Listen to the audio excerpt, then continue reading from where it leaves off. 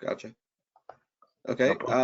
This I'm guessing is just like some of the common anomalies in visual form. Is there anything here that you see much more common than others?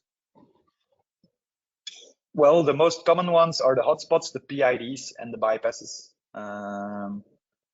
So these are the most common, whereas the strings and the open panels are the one where you lose 100% of the power of the panel, which are also very important.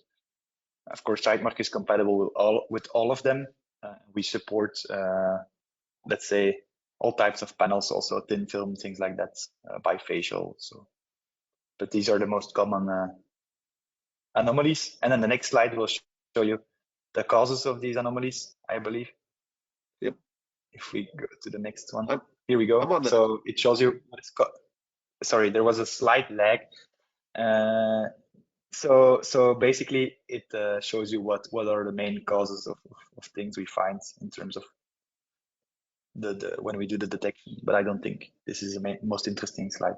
But when you're looking at the physical, the one on the bottom right, what is that saying? Well, it means that we couldn't find anything. So we at Sitemark we do have we do oblige ourselves to always give a cause.